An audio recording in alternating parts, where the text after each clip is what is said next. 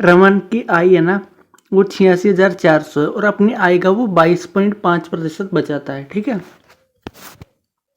देखो एक बार मान लो कि उसकी आय कितनी है, आय मान लेते हैं उसकी 100 रुपये है,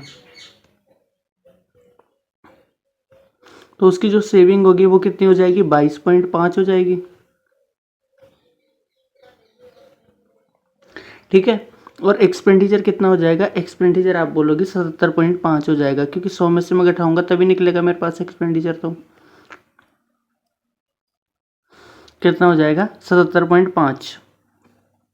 ठीक है, आगे मैं देखता हूँ कि कितना कितना बढ़ा है, उसकी इनकम बढ़ी है कितनी, आय में वृद्धि हुई है कितनी, उसकी आय में 22% की वृद्धि हुई है और व्यय में 25% की वृद्धि हुई है।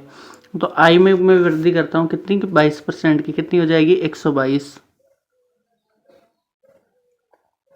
कितनी हो जाएगी, 122।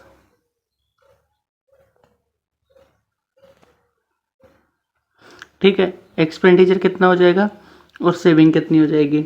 देखो जो उसका एक्सपेंडिचर है यानी उसका व्यय है उसमें 25% की वृद्धि होगी, तो मैं 25% निकालूंगा कैसे, व्यय कितना है, 75.5, 77.5 है ना, इसमें कितने की वृद्धि हुई है, 25% की, मतलब 4 से डिवाइड करेंगे और 5 से गुणा करेंगे, तो कितनी आएगी वैल्यू मेरे पास आ जाएगी 96.8।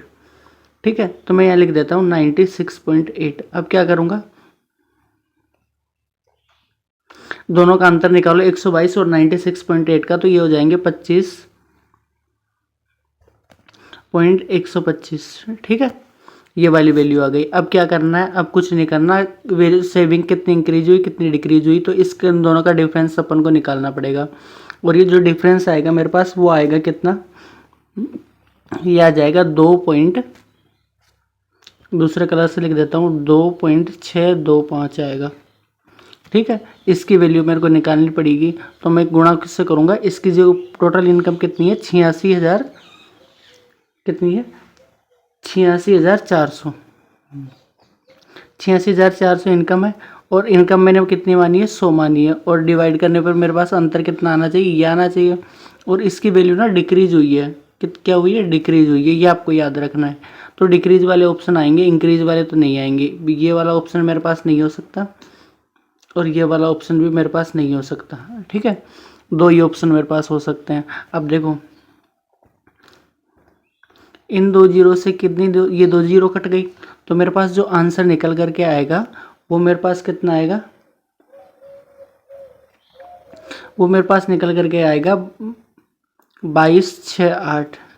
और किसका आएगा, वो डिक्रीज का नहीं, इंक्रीज का आएगा, क्योंकि मेरे पास कितनी 22 से बढ़ के कितनी हुई है, 25 हुई है, तो क्या हो जाएगा, इंक्रीज वाला आंसर होएगा। और कितना हो जाएगा, ये वाला ऊपर वाला आंसर होगा, ऑप्शन नंबर ए करेक्ट हो जाएगा। ठीक है, क्या यहाँ तक की बात समझ में आई होगी आप लोगों को सभी को। SSC GD average, number system, simple interest जैसे सारे टॉपिकों के अपने टॉप 10 बेस्ट क्वेश्चंस की प्लेलिस्ट बन रखी है पूरी, जिसमें जितने भी टॉपिक है सारे के टॉप 10 बेस्ट क्वेश्चंस हैं, या आप इनको बोल दे सकते हो टफ क्वेश्चंस है। ठीक, इसी तरह एनटीपीसी ग्रेजुएशन लेवल के अपने टॉप 10 बेस्ट क्वेश्चंस का बेस्ट पार्ट है, जिसमें सारे वीडियोज अपलोड है हमारे। इनकी प्लेलिस्ट की लिंक आपको डिस्क्रिप्शन में मिल जाएगी सबकी। इसी तरह से रेलवे की भी प्लेलिस्ट का PYQs है अपने पास, जिसमें प्रतिशत RPF के, कांस्टेबल के और साथ में टेक्नीशियन के सारे वीडियोज है, जिनमें टॉप 10 बेस्ट क्वेश्चंस हैं। ठीक है, और यदि आपको टेलीग्राम पे SSC एग्जाम्स या रेलवे एग्जाम्स की PDF डाउनलोड करनी हो तो आप टेलीग्राम चैनल ज्वाइन कर सकते हो, जिसका नाम क्या है, SSC नोट्स है। इसका लिंक नीचे डिस्क्रिप्शन में, या आप सर्च कर सकते हो SSC बुक्स 02, ये सर्च करोगे तो ये वाला आइकन होएगा, उसको आपको सब्सक्राइब करना है। ठीक है, थैंक यू सो मच, मिलते हैं अगले वीडियो में।